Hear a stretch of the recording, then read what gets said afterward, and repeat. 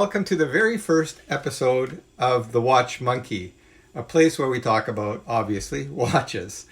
Anyways, let me start by introducing myself. My name's Johnny. I live in North Vancouver, British Columbia. I'm a watch hobbyist. I collect a little bit. I've been interested in watches for about the last 4 or 5 years. And yeah, it's a great hobby. I can strongly recommend that if you want to get into the watch hobby, start learning a little bit before you make your first purchase, or if you've already made your first purchase, well, everyone makes mistakes. But anyway, some of the watch groups I'm going to mention I belong to, and I can say that almost all of them are great. So probably my favorite watch group would be a group called Mid-Tier. So if you go onto Facebook, you can search up Mid-Tier Watches and join their group, and it's a great way of learning about all kinds of different brands and so on. Most of the watches in that group are ranging somewhere between $500 to a couple $1,000s. That's on average. But yeah, really great to discover new brands that maybe you haven't even considered. It's also a place where you can purchase watches. They've got all these different groups. They've got areas within their group that you can post sales or look for watches and so on. Yeah, so that's a great way to start looking into watches, is joining a group like the Mid-Tier, where they cover all kinds of different brands and so on. If you're interested in a specific brand, for example, let's say you're really into Breitling or Panerai or Oris or Rolex or Hamilton, Timex, whatever. Each of these groups will kind of specialize in that.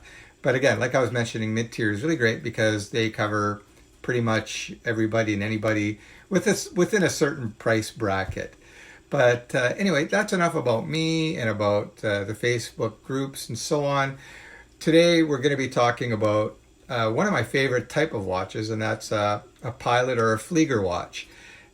So before I talk anymore, let's flip the camera around and I'll show you what we got today.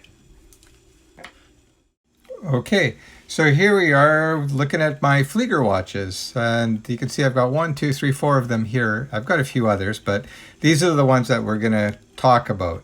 So let's talk about the least expensive one of the bunch, and this one is I think made by Corget or by Parnis, and you can pick these up on eBay.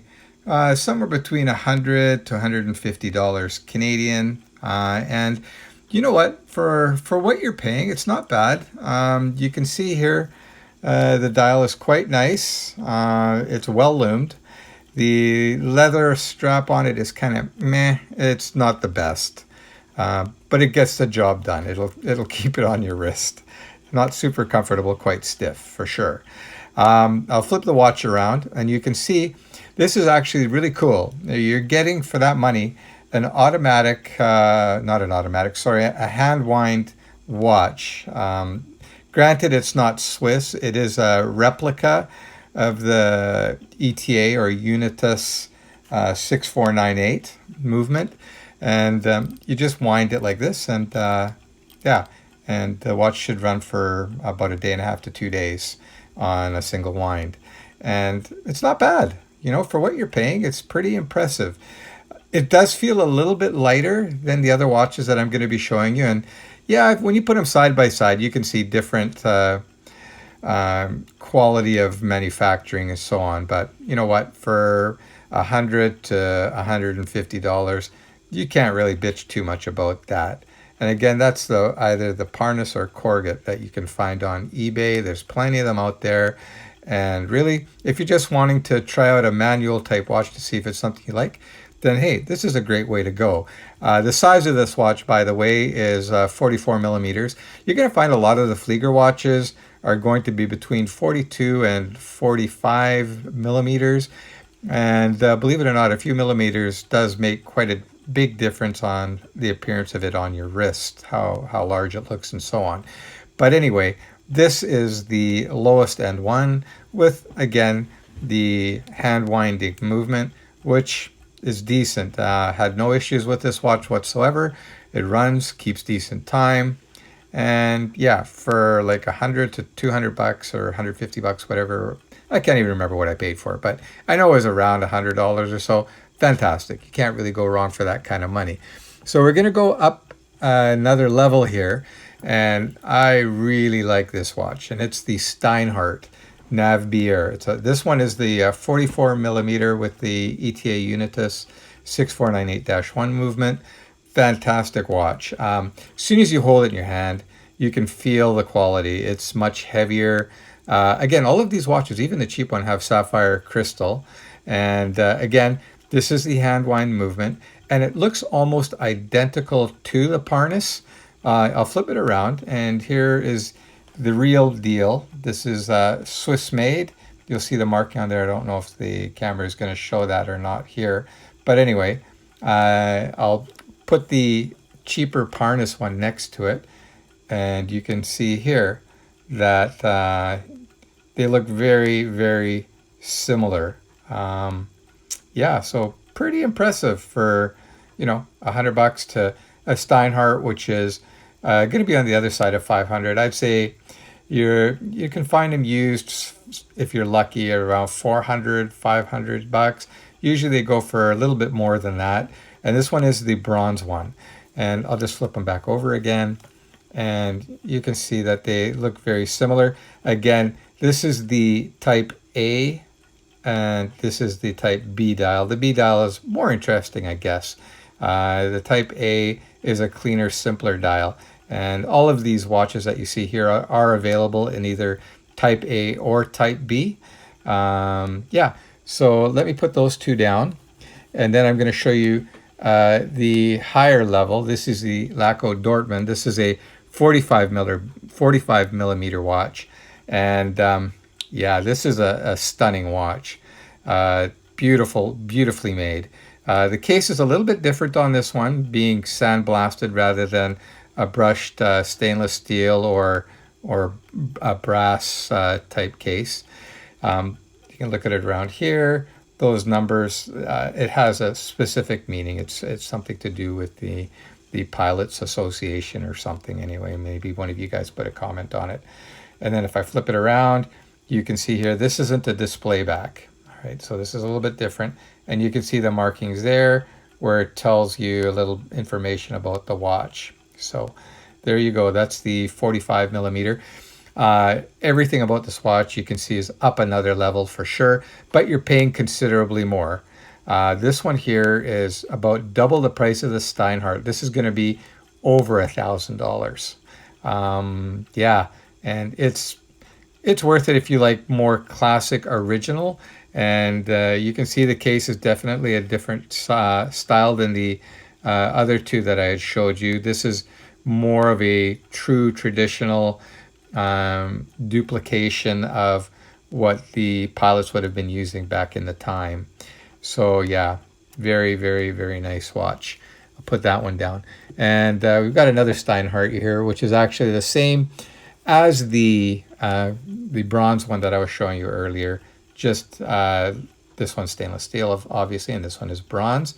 And really, these are great watches. Like if you're looking for a really solid Flieger type pilot watch, you're not going to go wrong with Steinhart.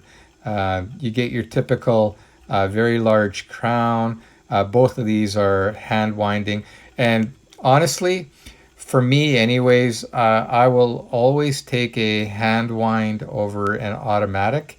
I just prefer them. And I tend to prefer the Swiss movements over the Japanese and so on. That's a personal thing. So I'll usually go with something with a Salida or an ETA movement over something like a Miota or a Seiko movement. Not that those movements are bad. It's just my preference. I like to stay with the Swiss movements whenever possible and hand wind whenever possible. Yeah, so what I'll do now is I'm going to throw these on my wrist so you can see what they kind of look like. Maybe a few of you are worried that it's going to look a little bit weird having such a large watch on your wrist. My feeling is that I think they look awesome, and that's the way that these watches are meant to be worn, as large and very clear and easy to read. So let me put these down. Oh, by the way, if you're wondering what I am wearing right now, I'll give you a quick look here. And some of you may know this brand. It's a fairly nice brand, Frederic Constant. And this is one of their Healy editions. This is a limited edition for the Canadian Healy Club. Yeah, this is a really great watch too. This one here is an automatic, and the case is 43, so it'll kind of give you an idea on in comparison to the Pilot watches. So that on a 7-inch wrist, which is my wrist obviously, this is 43, and I think it wears quite nicely. The only thing with this particular watch, I shouldn't get into too much though, it is a little bit flat. It runs kind of straight across. It doesn't curve that much on your wrist. So let me pop that off my wrist, and I'm going to throw on, probably the easiest one to flip on right now is this one here. Again, this is a 44 millimeter Steinhart. I'm just going to, give me a sec here, guys. Sorry. I don't have my assistant with me. I'm doing this kind of solo. So there you go. Okay, so that is a 44 millimeter Pilot watch on a 7-inch wrist, and I personally think it looks great. But then again, for those of you that know me, I like my watches a little bit on the large side. So yeah, really great watch. I'm happy as can be with it. Keeps very good time, very easy to read, and the rest of it. So again, for something like this, you can expect to spend around $500, $600, $700, somewhere in there, depending if you buy it new or used. You will not find these in any stores, Steinhart.